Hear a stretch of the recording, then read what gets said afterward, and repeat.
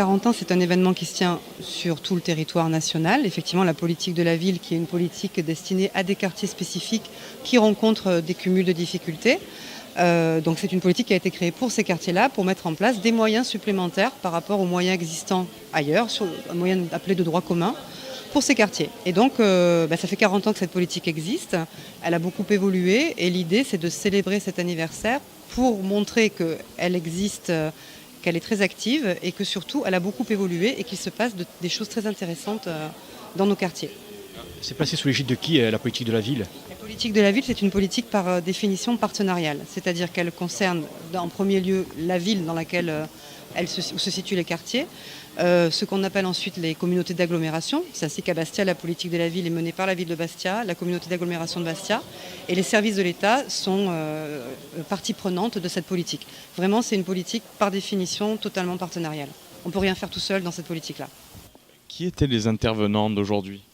Alors les intervenants étaient en fait 8 associations qui ont été choisies. Alors c'était très difficile de choisir 8 associations sur 130 actions financées. Il a fallu effectivement choisir celles qui présentaient le caractère le plus innovant.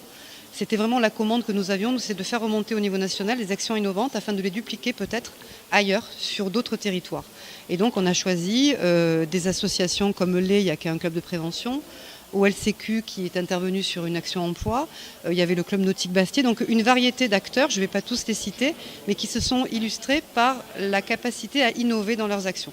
C'est des actions qui sortaient un petit peu alors c'est pas le train-train, mais des actions classiques qui peuvent intervenir sur la politique de la ville. Là, elles nous ont proposé des actions culturelles aussi, avec le théâtre Alibi qui a proposé des ateliers de théâtre, des actions véritablement innovantes et qui méritent d'être connues, valorisées, voire dupliquées ailleurs. D'autres journées comme celle-ci vont être organisées pour les associations bastillaises? En tout cas, on le souhaite parce que c'est vrai que c'est la première fois qu'on travaille dans cette configuration où on a donné la parole aux habitants et aux associations. On est plutôt habitué à des réunions institutionnelles assez classiques et je crois que ce format est très intéressant et qu'on va avoir à cœur de le dupliquer, de le reproduire à d'autres occasions parce qu'on voit que les associations ont été très touchées. Que l'on s'intéresse à elles, qu'on leur permette de démontrer tout ce qu'elles font toute l'année. Les habitants ont aussi pris la parole et on va très certainement renouveler l'expérience, oui. Quel est l'objectif de cette journée? C'était de les mettre en relation, de faire un constat de ce qu'elles avaient fait durant un an? Alors effectivement, c'était sur un petit échantillon de tout ce qui se fait.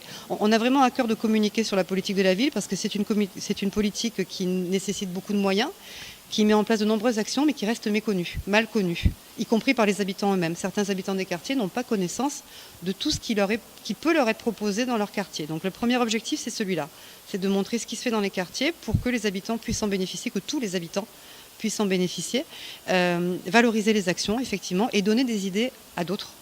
Peut-être que nous-mêmes, nous pourrons nous inspirer de ce qui se fait ailleurs aussi sur le territoire. Mais l'idée, c'est vraiment de dire, à Bastia, on a essayé ça, ça a bien fonctionné. Peut-être que vous pouvez vous en inspirer ailleurs, sur d'autres territoires.